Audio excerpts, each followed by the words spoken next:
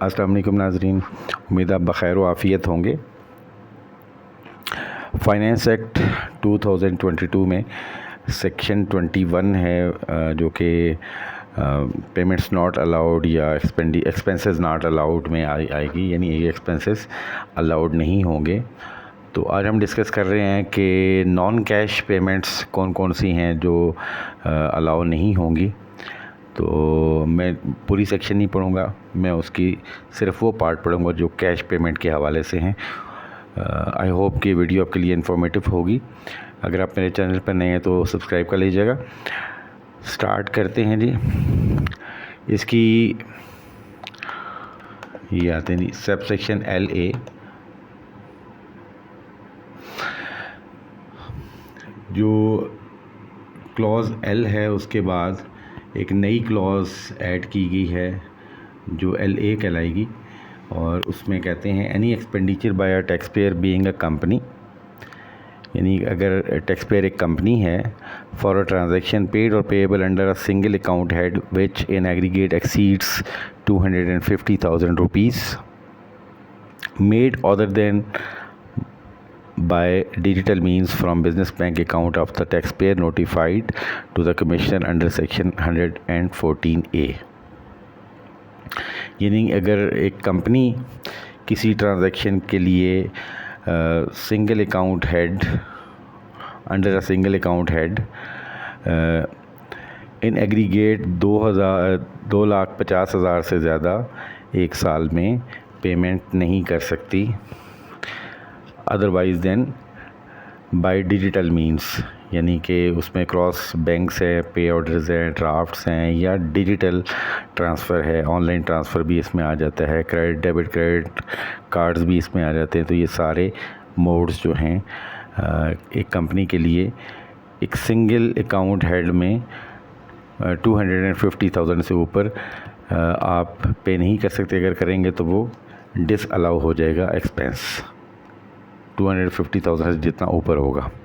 इसमें प्रोवाइडेड है प्रोवाइज़ो है कि provided that this clause shall not apply in case of, अब ये क्लॉज अप्लाई नहीं होगी एक्सपेंडिचर्स नॉट एक्सीडिंग 25,000, यानी ऐसे एक्सपेंडिचर जो 25,000 से ज़्यादा नहीं हैं। यानी आपने 10,000 का कोई पेमेंट की, फिर 20,000 की पेमेंट की, और 25,000 तक की जो पेमेंट होगी उस पर ये अप्लाई नहीं होगा। इससे ऊपर की अगर पेमेंट्स हैं और वह सिंगल अकाउंट हेड में 250,000 से ज़्यादा हो जाती हैं तो वो डिसअलाउ हो जाएंगी। तो ये बहरहाल 25,000 तक की अगर पेमेंट है सिंगल पेमेंट तो वो अलाउड होगी। सेकंड ये है कि ये क्लॉज अप्लाई नहीं होगी expenditures on account of utility bills. ऐसे एक्सपेंडिचर हैं जो यूटिलिटी बिल्स, आपके गैस इलेक्ट्रिसिटी के बिल वगैरह आप पे कर रहे हैं तो वो कैश में आप कर सकते हैं, उस पर ये लिमिट अप्लाई नहीं होगी। फ्रेट चार्जेस, जो फ्रेट चार्जेस आप पे करते हैं, जो किराया वगैरह आप पे करते हैं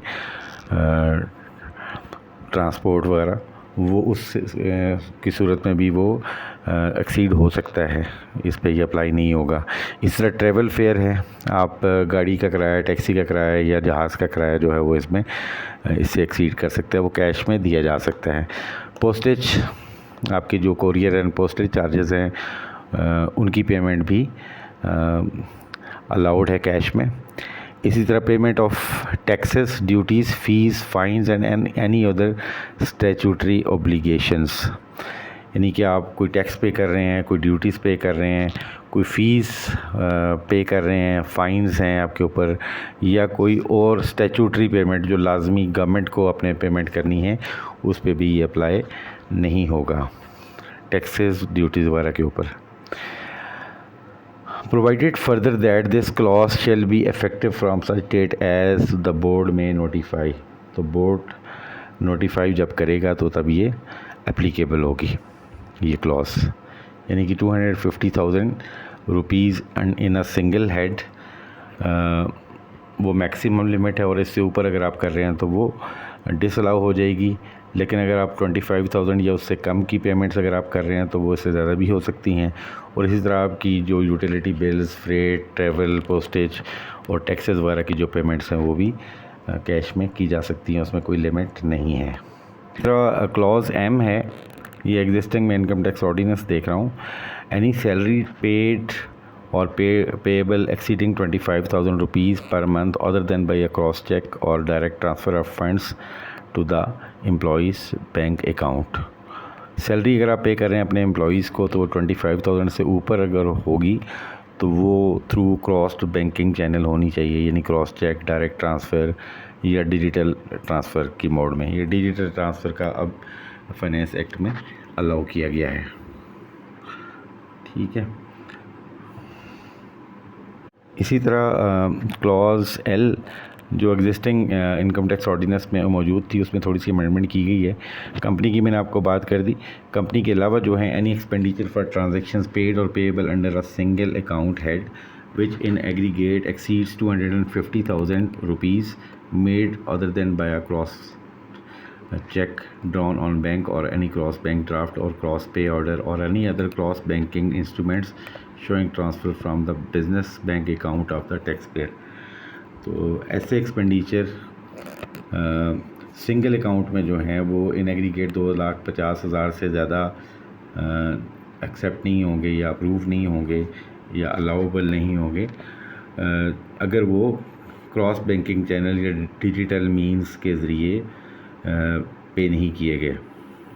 provided that online transfer of payment from the business bank account of the payer to the business account of the payee as well as payment through credit card shall be treated as transaction through the banking channel subject to the condition that such transactions are verifiable from the bank statements of the respective payer and payee। इसमें प्रोवाइज़ो में ये कहा गया है कि online transfer from the business bank account of the payer to the business account of the payee, यानी कि जिसने अदा किया है उसके बैंक अकाउंट से जिसने रिसीव किया उसके बैंक अकाउंट में बिज़नेस बैंक अकाउंट्स में वो ट्रेस होना ज़रूरी है। वो ऑनलाइन ट्रांसफ़र भी एक्सेप्टेबल होगी और पेमेंट थ्रू डिजिटल या मींस या क्रेडिट कार्ड भी बैंकिंग चैनल ही कंसिडर किया जाएगा। लेकिन इसके लिए कंडीशन ये है कि ये ट्रांजैक्शन वेरीफाइबल होनी चाहिए from the bank statement of the respective pair and पेई, कि दोनों के बैंक अकाउंट जिसने रिसीव किया और जिसने पे किया दोनों के बैंक अकाउंट से ये वेरीफाई होना ज़रूरी है, तो तब ये बैंकिंग ट्रांजैक्शन एक्सेप्ट की जाएगी। उसके बाद सेकंड प्रोवाइज़ो है जो ये कहता था कि ये कौन कौन सी पेमेंट्स जो हैं वो इसमें इंक्लूडेड नहीं है, यानी डिसअलाउड नहीं होंगी। तो वो मैंने आपको बताया था कि जी 25,000 से ज़्यादा के एक्सपेंडिचर ना हों अगर, ठीक है, 25,000 से ये तक के एक्सपेंडिचर जो हैं वो अलाउड हैं। इसी तरह यूटिलिटी बिल्स, फ्रेट चार्जेस और ट्रैवल फेयर, पोस्टेज जो मैंने आपको पहले बताई हैं सारी चीज़ें, टैक्सेस, ड्यूटीज़ वगैरह की पेमेंट भी इसमें शामिल नहीं है।